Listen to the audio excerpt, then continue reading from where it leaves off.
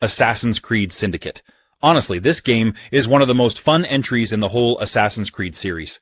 I feel like it doesn't get talked about as much as it should, but the second you start running around Victorian London as Jacob or Evie Fry, you realize just how much of a blast it is. Syndicate nails the feel of 1860s London in a way that's just incredible. You've got the foggy streets, the towering landmarks like Big Ben and the Houses of Parliament, and that gritty industrial vibe where factories are pumping smoke into the sky. The attention to detail is nuts. You can literally ride horse-drawn carriages through the city or scale the rooftops and just take in the view.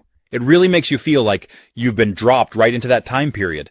And the fact that you get to switch between two protagonists, that was such a smart move. Jacob and Evie have totally different vibes, and it keeps things fresh. Jacob's all about getting his hands dirty and brawling with enemies, while Evie's more of a stealthy, strategic assassin. I loved switching between them, depending on the mission, or how I felt like playing. And the sibling dynamic between them is just great. The combat in Syndicate feels super smooth too.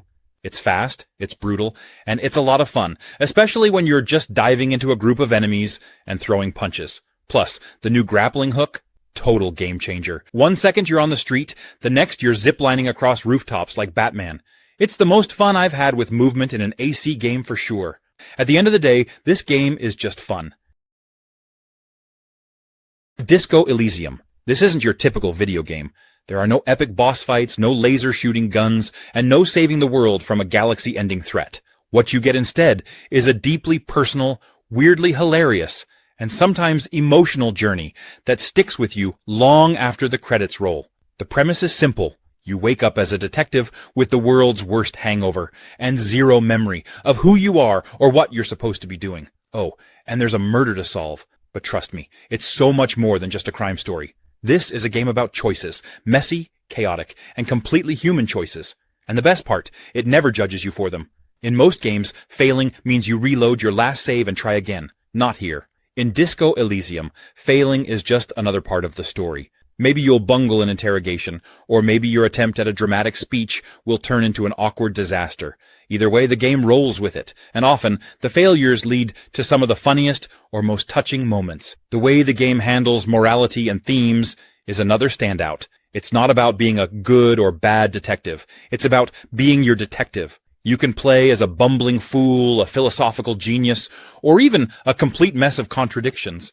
And the game never forces you into a box. It's about exploring who you are in this broken world. And trust me, some of the outcomes from your choices are hilarious. If you're up for a journey that's more about the questions than the answers, give this game a shot. Kena Bridge of Spirits. From the moment I started playing, I was just blown away by how stunning everything looked. It's like stepping into a Pixar movie, but you're in control. The art style is so vibrant and colorful, and the way they bring this magical world to life is just mesmerizing. Every detail feels like it was handcrafted with so much love, from the lush forests to the little creatures, the rot. I mean, those rot are just adorable, right? They're like these little black, fluffy creatures that follow you around, and they're not only cute, they're super helpful too. The gameplay, though, man, that's where it gets really fun. It's got that action-adventure feel, with some Zelda-like puzzle-solving and exploration. The combat is super smooth, and the combination of your staff attacks and the rot helping you out is such a cool mechanic. I loved how you can use the rot to distract enemies or empower your attacks. And the way the game gradually gives you new abilities keeps things fresh. Plus, those boss fights, some of them are tough. Like, way tougher than I expected. They really make you strategize, which is a nice surprise in a game that looks so cozy on the surface. And speaking of cozy, the world is just so nice to explore. The puzzles are really well designed too. Not too hard, but they make you feel smart when you solve them. I remember one where you had to use the rot to move objects around and align things just right, and it was just the perfect balance of challenge and satisfaction. Dying Light. You know, there's something about Dying Light that just pulls you in. It's not just another zombie game. And trust me, I've played my share. What really grabbed me when I first picked it up was the way it mixed parkour with zombie survival. I mean, You're not just running from zombies, you're vaulting over fences, climbing buildings, and pulling off these crazy fluid parkour moves that make you feel like you're actually there. It's like the city is your playground, but with the constant threat of the undead breathing down your neck. That mix of freedom and fear, it's exhilarating. And the city of Heron?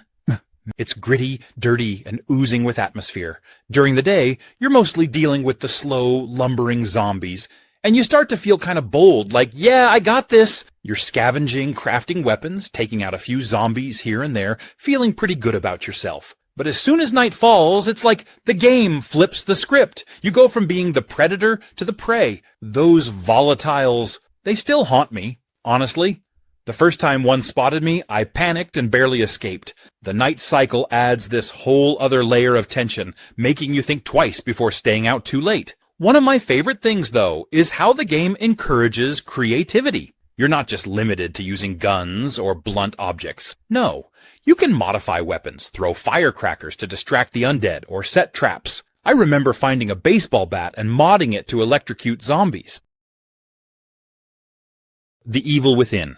A game that brought some real old-school survival horror vibes, but didn't quite get the love it deserved. Honestly, this game flew under the radar for a lot of people, which is crazy because it was directed by Shinji Mikami, the guy behind Resident Evil 4. You'd think that would have guaranteed a Game of the Year contender, right? What made The Evil Within stand out was how it balanced psychological horror with intense, sometimes brutal action. The game wasn't just about jump scares, though it had plenty of those. It was about atmosphere, tension, and always keeping the player on edge. You never felt safe, which is what survival horror should be all about.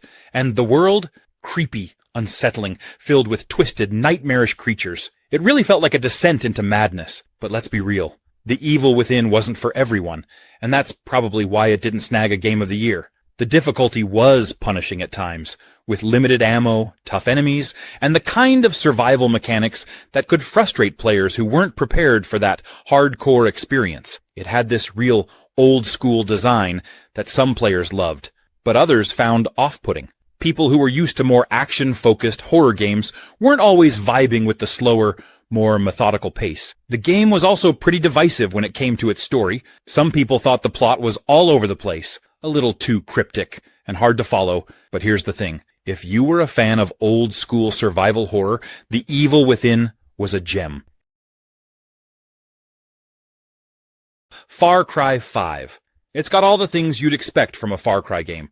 Open-world chaos, intense gunfights, and that sense of freedom to approach missions however you want. But this time, it's all set in the rural heartland of America, and that gives it a totally different vibe. What I loved about Far Cry 5 is how open-ended the gameplay is. You can literally do things your way. Want to storm a cult outpost, guns blazing? Go for it. Prefer to sneak around with a bow, taking out enemies silently? That works too. And then there's the ridiculous factor. This is a game where you can call in a bear named Cheeseburger or a dog, Boomer, to help you in battle. It's over the top in the best way. One of the big changes in Far Cry 5 is the way missions work. There's no set structure or main storyline that you're forced to follow. Instead, you earn resistance points by completing side missions, liberating outposts, and causing general chaos. As you build up resistance in each region, the story progresses naturally. It's a cool way to keep things feeling dynamic, and lets you choose how you want to play. There's also a ton of customization. You can upgrade your weapons, unlock perks, and even hire guns for hire to help you out in tough situations. There's a strategy to how you approach each mission, but it's always balanced by that freedom to just go nuts if you want to. One thing that stood out for me is how relevant the game feels. The whole idea of a cult taking over a rural town and pushing their beliefs on people. It's unsettling because it feels like something that could actually happen. The Division 2. It's like someone took the best parts of a cover-based shooter, mashed them up with RPG elements, and then dropped it all into a beautifully detailed, post-apocalyptic Washington, D.C. So the setup is simple. The world's gone sideways, and it's your job to bring some order to the chaos. You're an agent of the Division, a group of super-trained operatives trying to hold everything together. But honestly, the real fun isn't in saving the day. It's in exploring, strategizing, and slowly building yourself into an unstoppable force of nature. The game is all about cover-based strategy here. Running into a fight, guns blazing? Yeah, good luck with that. Instead, you're ducking behind cars, flanking enemies, and figuring out how to use your gadgets to outsmart the other side. And those gadgets? Absolute lifesavers. Turrets, drones, seeker mines. You've got a whole arsenal of futuristic toys to mess with, and they're all ridiculously fun to use. The enemies aren't just bullet sponges either. They're smart. They'll flank you, use cover, and coordinate to take you down.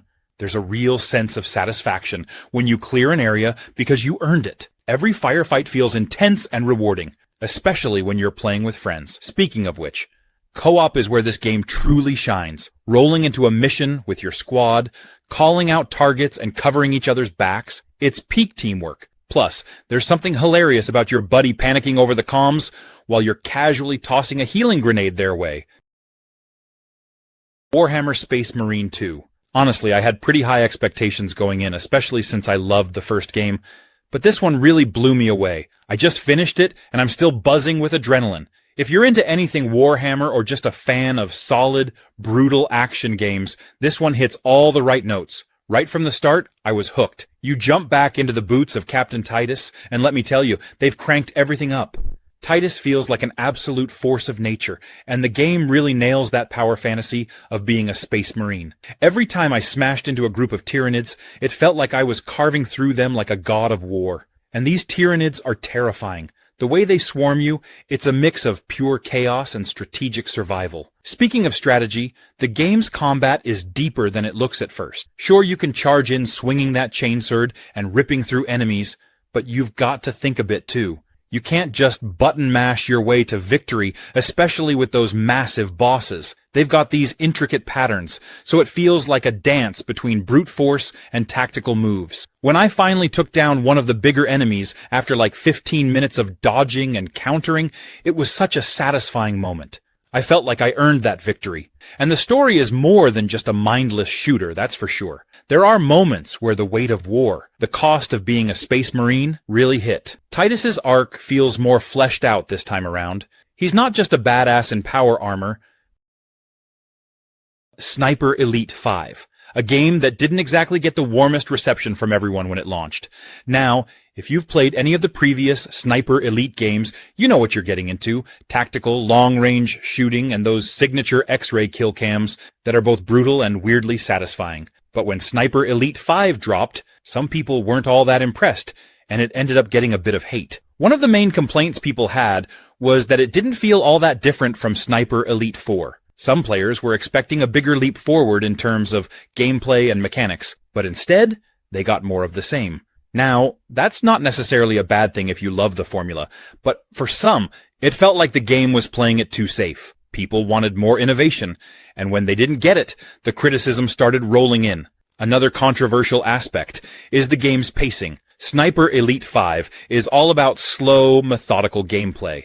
You're sneaking around, scouting enemies, lining up the perfect shot. It's a thinking person's shooter. But not everyone's down for that kind of experience. But here's the thing.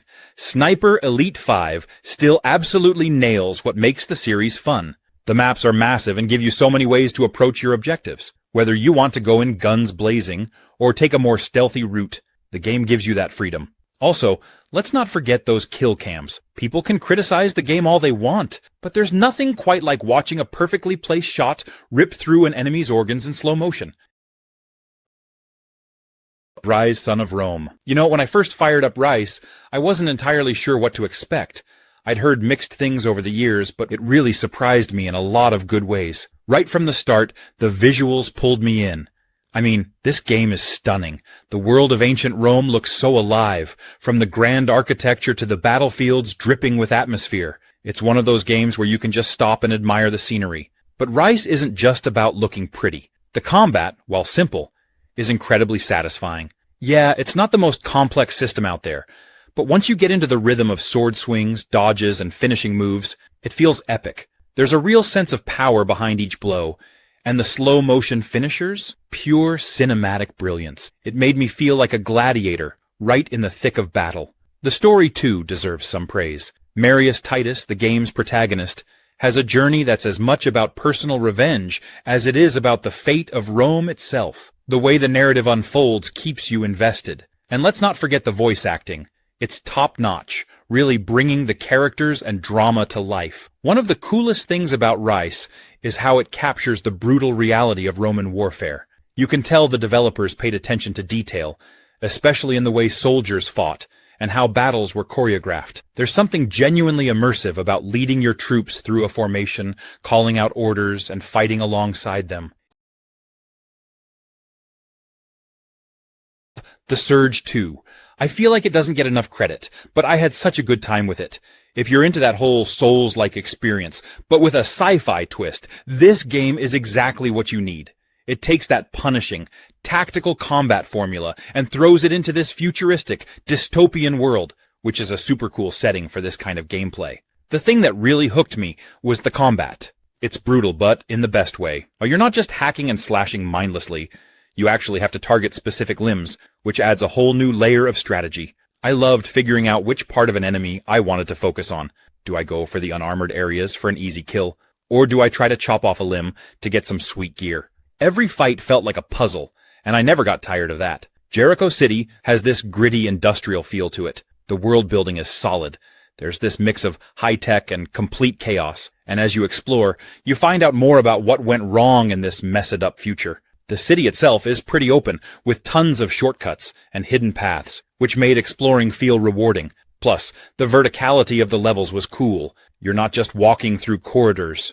You're jumping, climbing, and finding secret areas that connect back in smart ways. It had that same feeling as Dark Souls, in how the world loops back on itself. The story is pretty interesting too. You're kind of dropped into this mess without much context, and as you play, you slowly piece together what happened in Jericho City. Spec Ops: The Line. It's one of those games that messes with your expectations in the best way. I remember going into it thinking, oh, just another military shooter, right? At first glance, it looks like your standard third-person cover shooter. You're leading a squad, you've got your guns, sandstorms everywhere because it's set in Dubai, and it all seems pretty straightforward, but as you dig deeper, that's where things start to unravel. The story pulls you in directions you don't expect, and it really makes you question your choices, like seriously question them. What I loved about Spec Ops: The Line is how it uses the setting and the characters to play with your mind. You start feeling like the hero, but after certain missions you're like, wait, am I doing the right thing here? The game gets into some heavy stuff about the horrors of war and the consequences of your actions, which is something most shooters don't really touch on. It's more than just, go here, shoot this. There's a layer of guilt and responsibility that weighs on you by the end. Plus, the gameplay is solid. I mean, the shooting mechanics are great, the cover system works well, and the environmental destruction with the sandstorms is a cool twist. But really, the gameplay is just a vehicle for the narrative, and that's what elevates this game from being just another shooter to something special. You don't see a lot of games that really make you reflect on the violence in that way. Honestly, if you're into games that challenge you emotionally and mentally, while still delivering fun, engaging action, Spec Ops is a must. Avowed. If you've ever wished to dive headfirst into a world where magic feels tangible, choices truly matter, and exploration is practically begging you to get lost in it, this game is exactly what you're looking for. Now, here's the thing about Avowed. It's set in the same universe as Obsidian's Pillars of Eternity series, but don't let that scare you if you've never touched those games before. You don't need prior knowledge to jump in and enjoy what Avowed has to offer. Think of it as a new doorway into this rich world, where you're given the freedom to shape your adventure the way you want. It's welcoming, accessible, and absolutely bursting with lore for those who want to dig deeper. One of the coolest parts of Avowed is how it handles magic and combat. This isn't just about flinging fireballs or swinging swords. You feel a genuine sense of connection to your arsenal. Whether you're crafting devastating spell combinations or making use of more traditional weaponry, the game makes every action feel purposeful. It's all about giving you tools to tackle challenges your way. You want to go in like a one-person army, prefer something sneakier or more methodical. That's on the table too. The game doesn't just hand you decisions, it throws you into situations that make you think. You're not just clicking dialogue options, you're shaping relationships, influencing factions, and, in many cases, questioning your own moral compass. It's like the game is daring you to leave your mark on its world. Exploration is another huge win here. The Order 1886. I know it got mixed reviews when it came out, but honestly, I think it's super underrated. It's like every single thing from the cobblestone streets to the smoke-filled taverns feels alive. You can really see how much love went into building that world. The steampunk vibe is also really cool. You've got this mix of old-school Victorian aesthetic with futuristic tech, like those crazy weapons that Nikola Tesla himself designed. The thermite rifle, for example, is just so satisfying to use. You shoot clouds of thermite at enemies, and then light it up with a flare, setting everything ablaze. It's so over the top, but in the best way possible. And the story?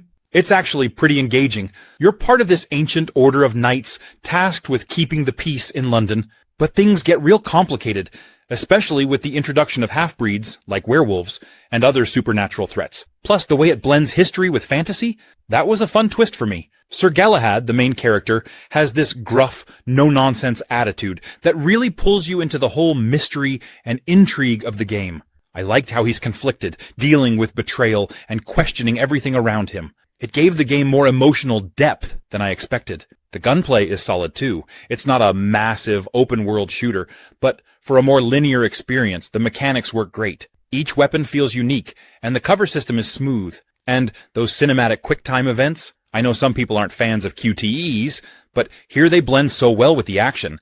It feels more like you're playing through a movie. Infamous Second Son. It's such a great pick when looking back at favorite games, especially after all these years. It's one of those games that might not always get mentioned in the big best-of-all-time list, but for those who played it, it really leaves a lasting impression. The game came out as one of the earlier titles for the PS4.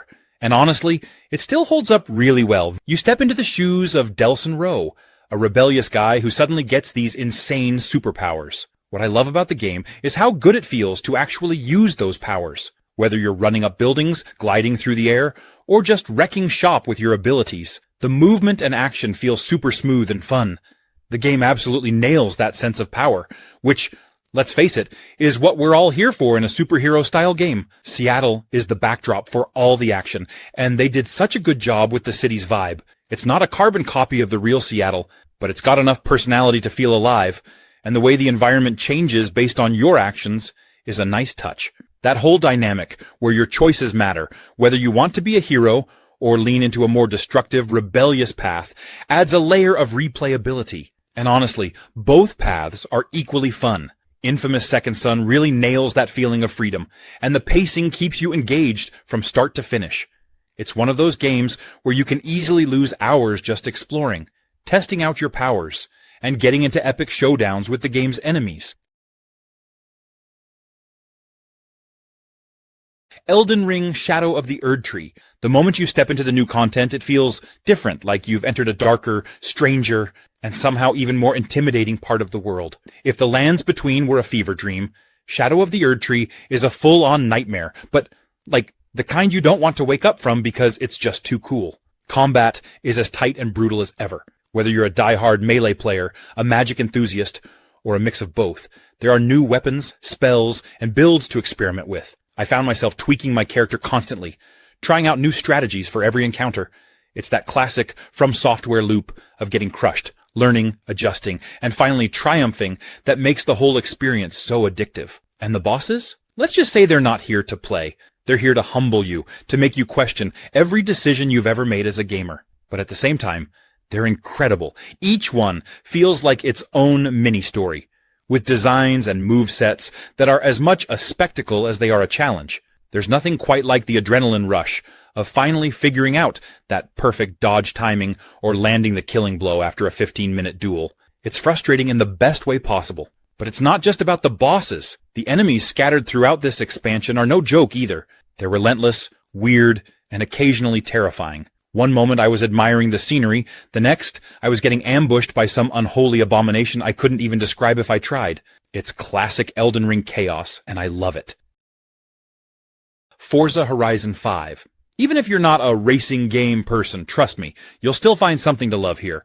It's like a love letter to cars, exploration, and just having a good time behind the wheel. Remember when you used to race toy cars around your living room, making up little adventures as you went? Forza Horizon 5 brings that same energy, but cranks it up to 11. It's not just about winning races, though that's fun too. It's about playing. The freedom you have to do whatever you want is amazing. They've got everything from souped-up classics to hypercars that look like they belong in a sci-fi movie.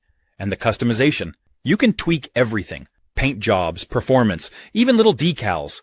It's like a car nerd's dream come true. But don't worry, you don't have to be a gearhead to enjoy it. The game does a great job of keeping things accessible. Whether you're a casual player or a hardcore racer, the controls are just buttery smooth, and the way each car handles feels unique. Want to go off-roading in a big, beefy truck? Go for it. Prefer zipping through city streets in a sleek sports car? Done. It's not just racing, it's an experience. And the best part? You don't even have to race if you don't want to. There are stunt challenges, speed traps, exploration events. It's like a big automotive playground.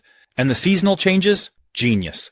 The world evolves over time. So 1 week, you might be racing in dry deserts, and the next, you're dealing with torrential rain. It keeps things fresh and gives you an excuse to keep coming back.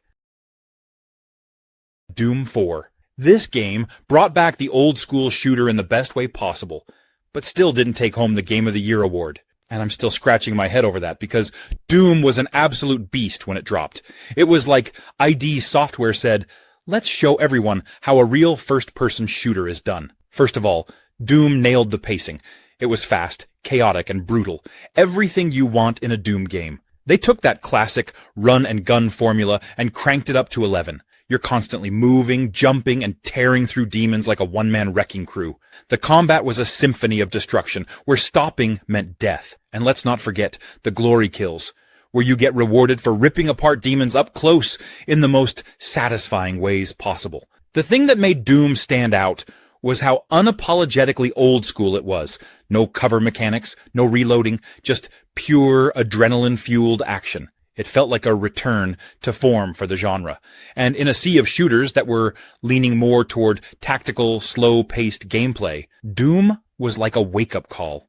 It reminded everyone why the original Doom was such a phenomenon back in the day, why it didn't win Game of the Year. One reason could be that it released in a pretty stacked year. 2016 had Overwatch taking a lot of the spotlight, and multiplayer shooters were all the rage. Doom, on the other hand, was a more solo-focused experience. Sure, it had a multiplayer mode, but that's not what people played it for. Mortal Kombat 11. The game that takes everything you know and love about this legendary franchise and cranks it up to 11, literally. The combat feels tight, responsive, and packed with layers of depth. Whether you're a button masher or someone who's memorized every single combo in the series, the game caters to all kinds of players. It's easy to jump in and start throwing punches, but mastering a character, that's where the real fun begins. And speaking of characters, the roster here is incredible.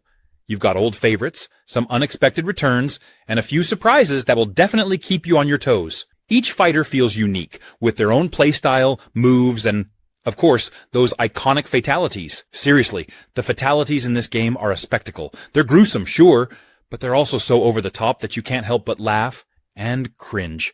It's like a masterclass in creative chaos. But it's not just about fighting, it's about strategy. Mortal Kombat 11 introduces new mechanics like the Fatal Blow and Crushing Blows, which add an extra layer of depth to each match. These aren't just flashy moves, they're game changers that can turn the tide of a fight if used wisely. It's all about timing and knowing when to strike. And it keeps every match feeling fresh and unpredictable. One thing that stands out is how accessible the game feels without sacrificing its complexity. If you're new to the series, the tutorials are super helpful, breaking down everything from basic moves to advanced strategies.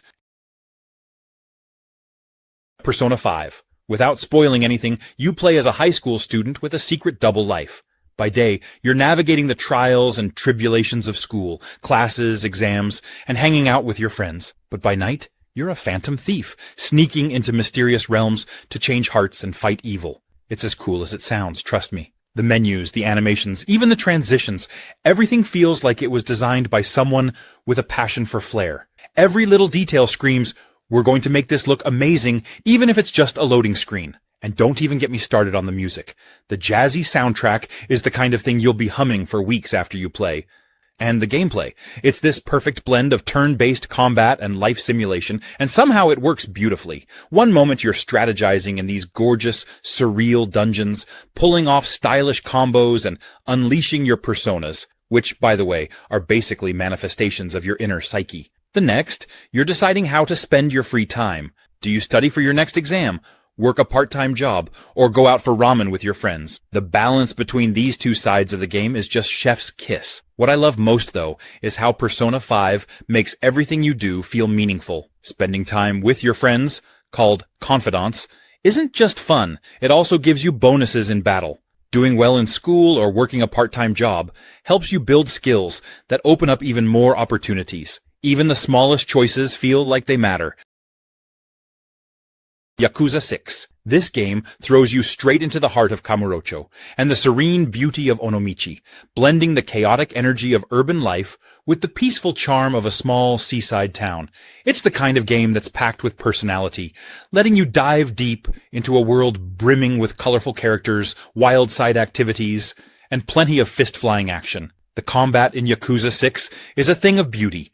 It's fast, fluid, and packed with over-the-top moves that make every punch and kick feel satisfying. Whether you're brawling with a group of street punks or taking on a tougher challenge in a back alley, the game gives you all the tools to dominate the fight. You can pick up just about anything in the environment, a bike, a sign, even a street cone, and use it to deliver bone-crunching hits that are as brutal as they are hilarious. The seamless transition into combat makes every encounter feel organic, keeping the pace high and the action engaging. Outside of the fights, Yakuza 6 is a playground of activities. This game knows how to keep you entertained when you're not chasing down objectives. There's a fully functional karaoke minigame that lets you belt out tunes in rhythm-based fun. You can hit up a batting cage for a quick home run derby, stop by an arcade to play classic Sega games, or even spend time managing your own cat cafe. Yes, a cat cafe. It's all about variety, and this game delivers in spades. One of the standout features is the Clan Creator Mode. Amnesia: The Bunker. We all know Amnesia is famous for its psychological horror, but this time, it's different, more intense, more claustrophobic. You're stuck in this grimy World War I bunker, and it's basically pitch black most of the time. Just that alone is enough to make you feel tense. I found myself constantly worrying about running out of light. I don't know about you, but for me, that's one of the worst feelings in a horror game, when you hear something but can't see it and your light is flickering. Yeah, no thanks.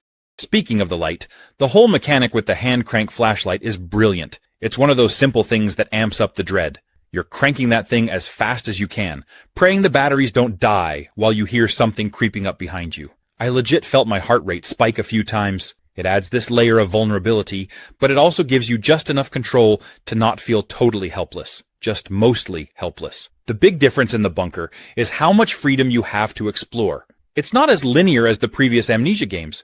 You're given this bunker to explore at your own pace, which sounds nice, right? Except there's a monster roaming around that's hunting you the entire time. So, yeah, you're free to roam, but good luck trying to stay calm while something's lurking in the shadows. The bunker itself is like this living, breathing nightmare. It's got that eerie, abandoned vibe, but it's also full of details that make you feel like you're uncovering something dark. The atmosphere is thick with dread, everything from the sound design to the way light barely reaches down those narrow corridors. The Legend of Zelda: Echoes of Wisdom. This game feels like a love letter to everything that makes Zelda so timeless while carving out its own unique identity. The gameplay is nothing short of genius. Every element feels carefully crafted to spark curiosity and reward creative thinking. Whether you're solving intricate puzzles or facing off against enemies with clever strategies, the game constantly encourages you to experiment. It's all about figuring things out in your own way, with tools and mechanics that feel fresh, yet unmistakably Zelda. The world design in Echoes of Wisdom is masterful.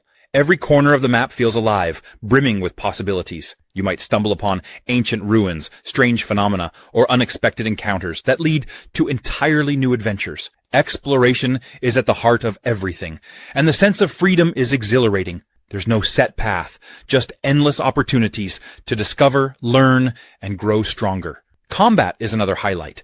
It's fast, fluid, and dynamic, with a focus on strategy and timing that keeps things exciting. It's not just about swinging a sword or firing an arrow. It's about reading the situation, adapting to the challenge, and using your arsenal creatively. Every battle feels rewarding, whether you're taking on a towering boss or a tricky group of enemies that test your reflexes and planning. Echoes of Wisdom is an unforgettable journey filled with heart, puzzles, and a world bursting with charm. Fallout 76. I know this game got quite a bit of heat when it first came out, but after all the updates and expansions, it's a totally different experience now. Trust me. Bethesda really put in the work here, and it shows. First off, if you're into Fallout for the whole post-apocalyptic vibe, Fallout 76 still nails that perfectly. You're out there exploring the ruins of West Virginia, which is way more beautiful than I expected in an end-of-the-world kind of way. The landscapes are huge and varied, with misty forests, eerie bogs, and even mountainous areas where you'll get a stunning view of the wasteland. Honestly, the setting is a character in itself. And yes, it's multiplayer, meaning you'll run into other players as you explore. But don't worry, it's not like some chaotic battle royale or anything.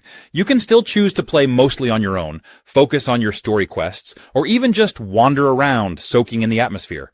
But having others around adds this cool element of unpredictability, like maybe you're all just hanging out around a campfire, or someone pops up to trade supplies. It makes the world feel more alive, which is pretty rare in the Fallout series. Speaking of camps, let's talk camp building, which might be one of my favorite parts of the game. You can set up your own little homestead anywhere in the wilderness, and then customize it however you want.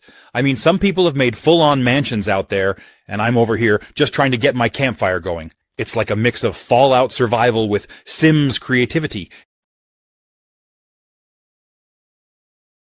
Hellblade 2. The first Hellblade was all about that raw, emotional journey and its deep dive into mental health.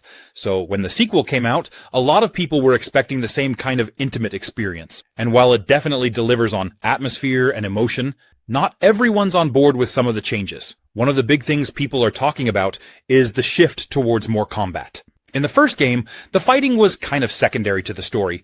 It was there, but it wasn't the main focus. With Hellblade 2, they've definitely ramped up the action, and some fans aren't too happy about that. They wanted more of those quiet, introspective moments that made the first game stand out. But honestly, I think the combat adds a new layer of intensity. Sure, it's more frequent, but it's still tied to Senua's emotional journey, and it makes sense within the context of the story. Another thing that stirred up some controversy is whether the game leans too heavily into its cinematic elements. There's a lot of visual spectacle in Hellblade 2. The graphics are insane, and the world building is next level, but some players feel like it's trying to be more of a movie than a game, which has rubbed a few people the wrong way. I get that, but at the same time, this is what Hellblade is all about, immersing you in this visceral, haunting world. What I love, though, is how Hellblade 2 stays true to its roots. Despite all these changes, it still tackles heavy themes like trauma and mental illness, and it does it with a lot of care and respect. That alone makes it stand out in today's gaming landscape. And even with more combat. Silent Hill 2 Remake. I've got to say, it totally nails that eerie, unsettling vibe that made the original such a classic. I mean, Silent Hill 2 is already one of the most iconic horror games out there, but this remake, it's like they took all the stuff that creeped us out back in the day and cranked it up with these incredible graphics and sound design. The foggy town of Silent Hill looks absolutely gorgeous in this remake. Well, in a terrifying, twisted way, of course. The way the fog moves, the way the shadows creep along the streets, it's so atmospheric. Walking through those empty, run-down streets, you can just feel the tension building. I caught myself hesitating before turning corners, just bracing for whatever nightmare was waiting around the bend. The monsters are just insane.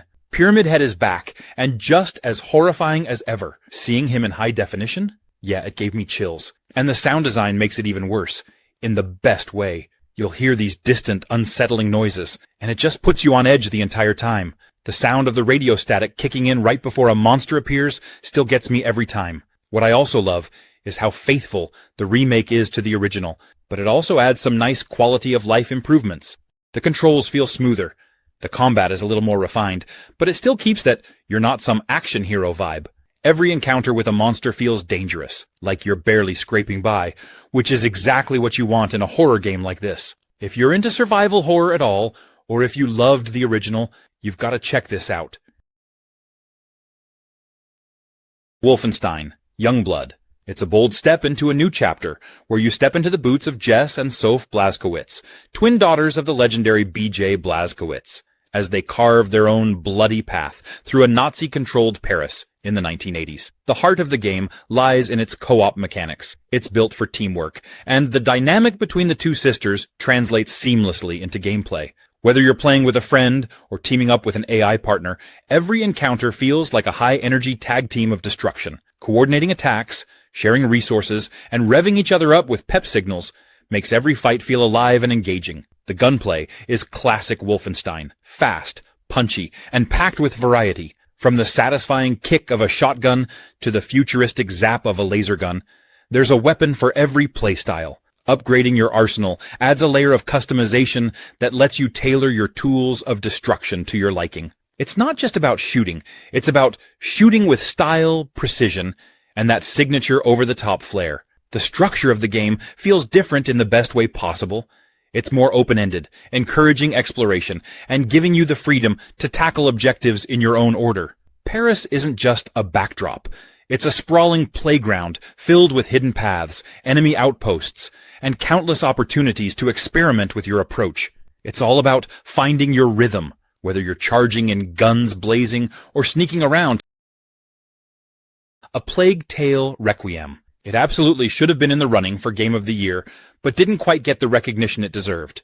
This sequel took everything great about A Plague Tale Innocence and cranked it up to a whole new level. The story, the characters, the visuals, it was all so much more intense. And honestly, it hit harder than a lot of people expected. First off, the story in Requiem was a gut punch in the best way. Following Amisha and Hugo's journey through a world ravaged by the plague and the supernatural rat infestation, you could feel the stakes growing as you progressed. What really stood out was the emotional weight of the game. It wasn't just about survival. It was about family, loss, and the lengths you'd go to protect the ones you love. The character development for both Amicia and Hugo was top tier, and by the end, it was impossible not to be emotionally invested in their fate. The game also looked absolutely stunning. The environments were jaw-dropping, whether you were sneaking through crumbling ruins, lush countrysides, or the plague-infested streets. The attention to detail made the world feel alive. Well, as alive as a world overrun by millions of rats can feel. And speaking of the rats, Requiem took the swarming rat mechanic from the first game and made it even crazier. The way they used light and shadow to control and avoid the rats created some of the most tense, nail-biting moments in the game. Another thing to consider is that Requiem came out in 2022, which was a year dominated by games like Elden Ring and God of War Ragnarok. Final Fantasy VII Remake. This game took one of the most iconic RPGs of all time and flipped it in the best way possible. It was a love letter to fans of the original, while also introducing a whole new generation to the world of Final Fantasy VII. Honestly, it not winning Game of the Year still feels like a bit of a robbery. First off, the remake was more than just a visual upgrade. Yes, the graphics were jaw-dropping.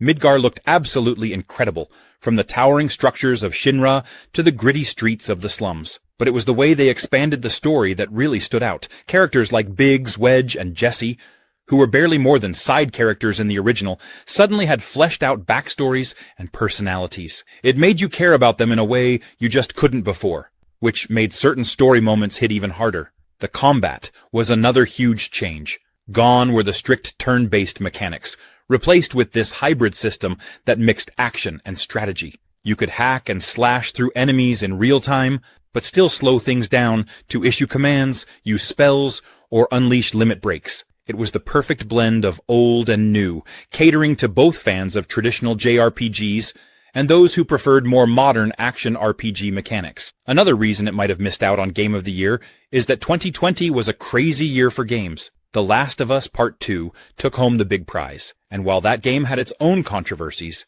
it was a narrative and technical powerhouse. Outlast 2.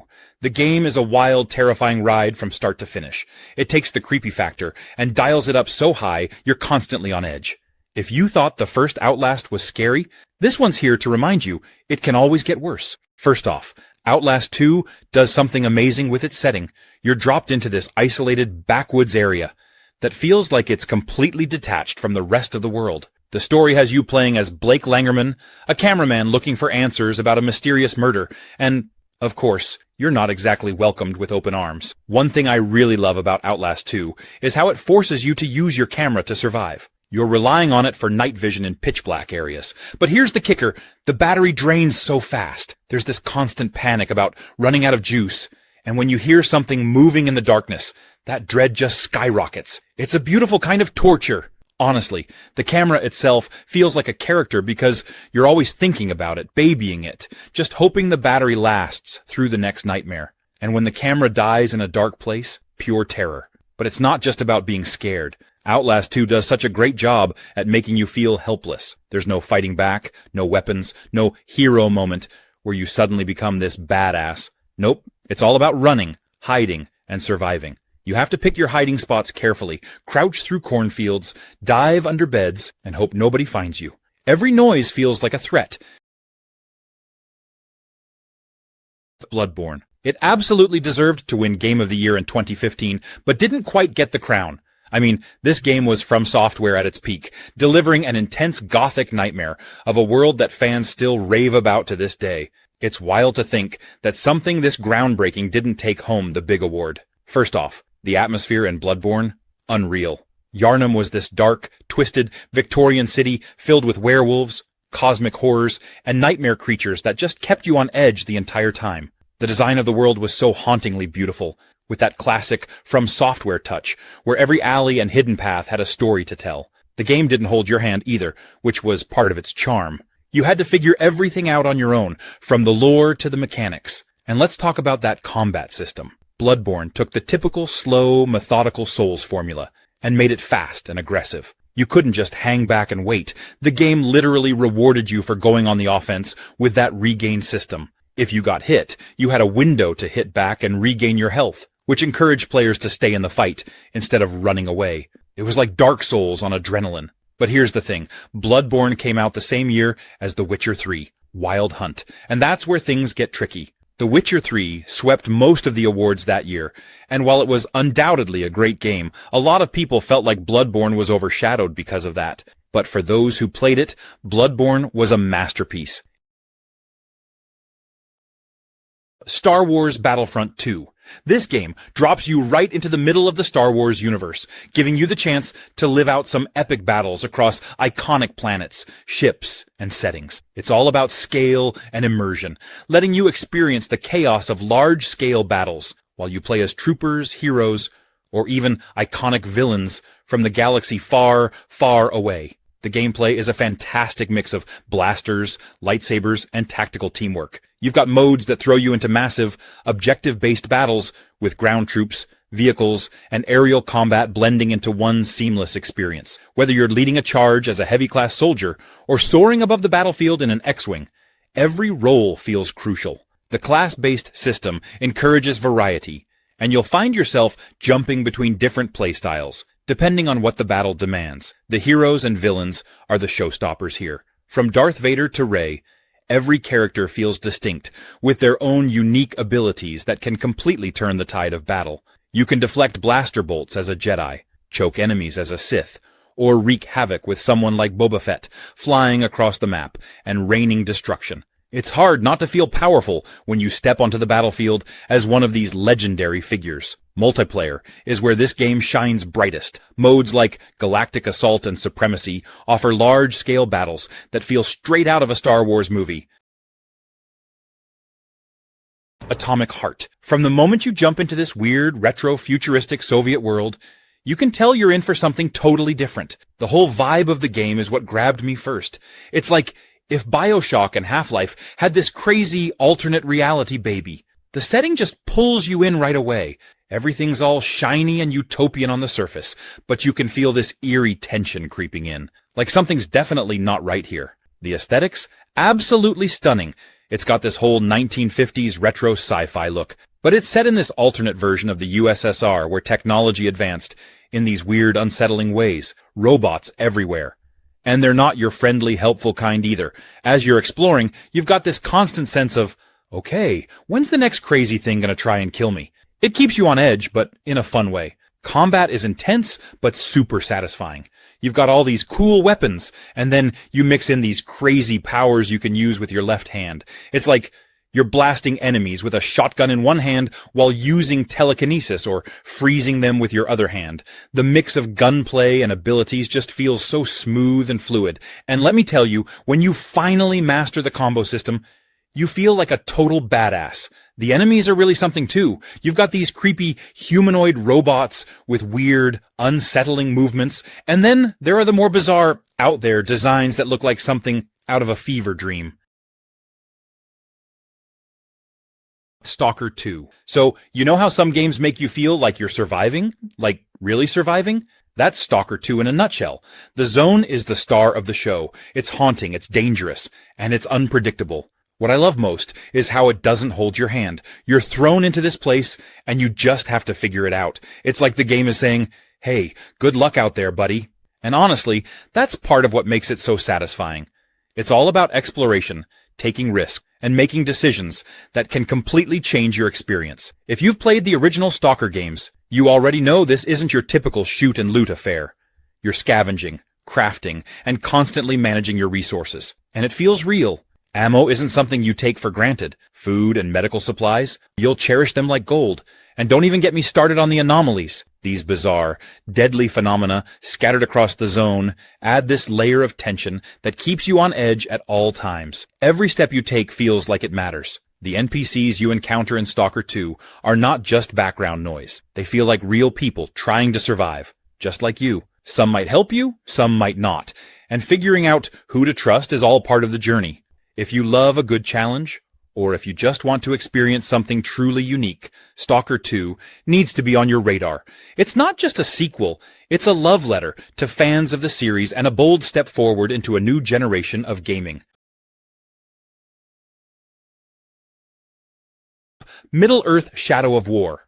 It got a bit of a rough start, but honestly, deserved way more love than it got. Now, when it dropped back in 2017, the game had a lot of expectations riding on it because Shadow of Mordor was such a hit. And Shadow of War did a lot of things right, but there's no denying it also stirred up some serious controversy, which didn't help its case at launch. First, let's get the big elephant in the room out of the way. The microtransactions. Yep, that's where a lot of the initial hate came from.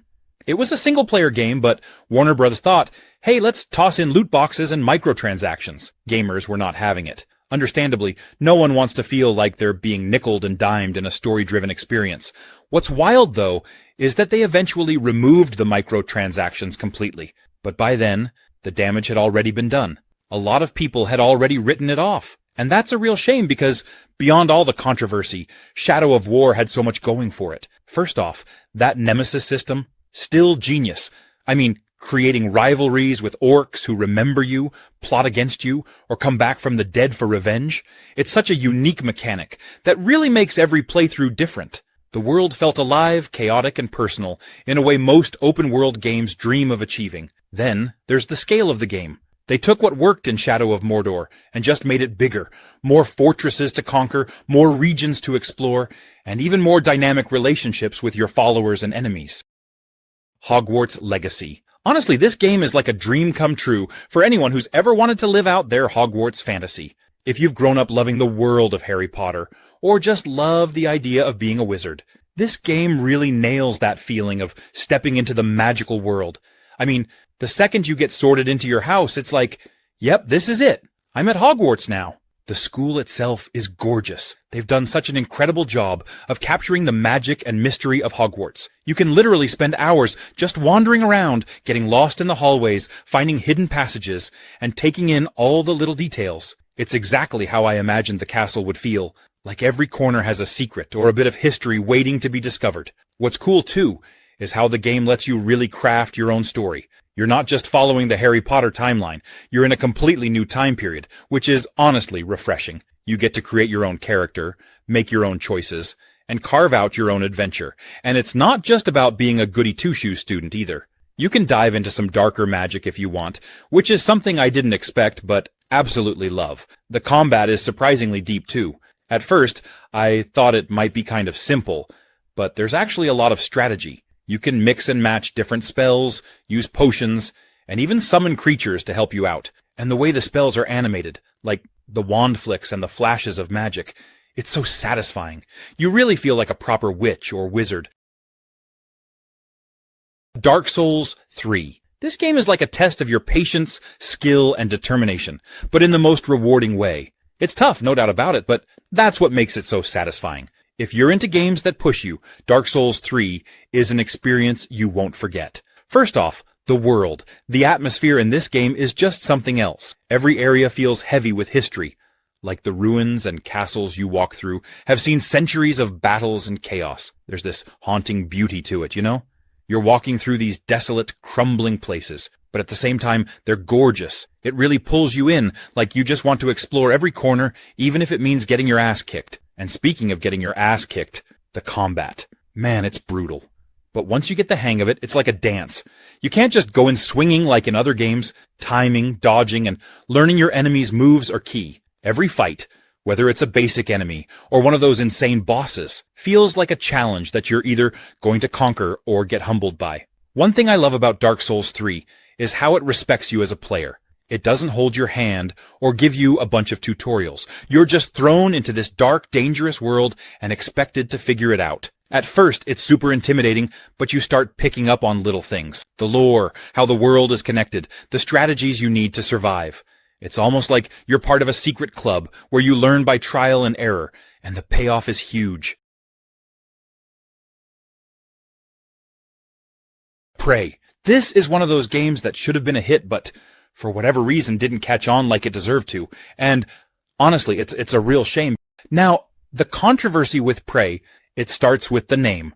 A lot of fans of the original Prey from 2006 were upset that Arcane's game had the same title, but was basically a completely different thing.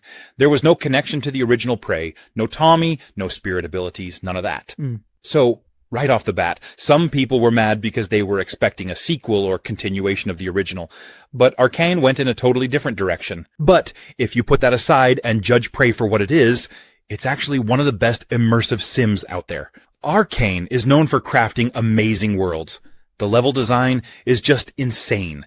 You've got all these interconnected areas, and the way you can approach situations, whether you want to sneak, hack, fight, or even turn into a coffee cup. Yeah, that's a thing. Gives you so much freedom. And let's talk about the Typhon, the alien enemies in the game. The mimics are probably the most memorable. These little guys can disguise themselves as everyday objects, so every time you walk into a room, you're second-guessing everything. Is that chair just a chair, or is it about to jump at me? It adds this constant tension that makes the whole experience so gripping. Combat can be pretty tough, but it's rewarding. The glue gun is such a cool weapon. It's not just for fighting, but you can use it to create platforms and block hazards. Avatar: Frontiers of Pandora. Now, I know a lot of us have waited years to see more of Pandora since the original Avatar movie.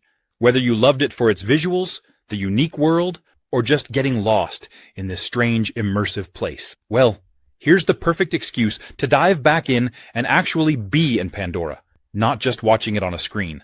The cool thing is, you're not just wandering around as a tourist. This is your home, and as you're exploring, you get this real sense of belonging. The way they've crafted the interactions with the world and other Na'vi characters just pulls you into the story. It's personal and really touches on that classic theme of connecting to nature, but on a whole new level. Combat-wise, it's balanced in a way that makes you feel powerful, yet still in tune with the environment. The Na'vi weaponry isn't just about brute force. It's more graceful, blending seamlessly with nature. It's not like you're there to destroy, but rather defend and protect, which gives a nice sense of purpose to every fight. And honestly, if you're into exploration, you're going to have a blast. Pandora's open-world setup lets you go off the main path, uncovering hidden spots that tell little stories of their own. It's the kind of game where you don't mind getting lost, because there's always something breathtaking to discover. So yeah, if you're looking for a game that's both visually stunning and has depth, give this one a shot. It's the kind of experience that'll stick with you long after you've turned off the console. Hitman: World of Assassination, a game where the phrase, plan your work, work your plan, is both your mantra and your challenge. You're not just playing as Agent 47, you become the ultimate bald-headed assassin, blending into environments like a shadow, while orchestrating some of the most ingenious takedowns you can dream up. You're thrust into a series of sprawling, intricately designed locations, where your goal is to eliminate high-value targets. Sounds simple, right? Wrong. The brilliance of Hitman lies in the how. Sure, you can go in guns blazing, but where's the fun in that? This game dares you to be patient, to observe, and to use your imagination. It's about transforming everyday objects into tools of chaos, turning a muffin into a weapon or a chandelier into your silent accomplice. Each mission gives you dozens of ways to accomplish your goal, and none of them are wrong. Want to disguise yourself as a waiter and poison someone's drink? Go for it. Feel like triggering a Rube Goldberg chain reaction of destruction? Absolutely. Prefer to be the ghost who no one ever saw coming? That's valid too. The sheer number of possibilities is overwhelming, in the best way possible. But don't think this is all smooth sailing. Hitman loves to keep you on your toes. Plans go wrong. Guards get suspicious. NPCs wander into places they absolutely shouldn't be. And that's where the game really shines, when you're forced to improvise. Oh, and the replayability? Insane.